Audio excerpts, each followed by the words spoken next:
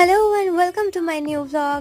আমরা সবাই মিলে চলে গেছিলাম ড্যামে পিকনিক করার জন্য। আমরা প্রত্যেক বছর শীতকালে পিকনিক করি। এইবারে পিকনিকটা একটু আলাদা রকম ছিল, কারণ এইবারে আমাদের থিম ছিল পটলাক, মানে সবাইকে আলাদা আলাদা করে একটা ভাগ করে দেওয়া হবে এবং যে যেমন খুশি একটা কিছু রান্না করে নিয়ে আসবে, ওটা আমরা সবাই মিলে খাবো। তাহলে আজকের মেনুটা তোমাদের সাথে শেয়ার করি। হ্যাঁ, এখানে আছে ম্যাগি, ডিম সিদ্ধ, এটা কি সত্যি পিঠে, কি পিঠে? ভাজা পিঠে, আর এটা হচ্ছে গোকুল পিঠে, আমাদের ফেভারিট। বল কেমন লাগছে? এবার তুই বল, আগে খা। তুই বলবি? বল। যাবে এটা তুই বল, তুই নিজে খা দিয়ে বল।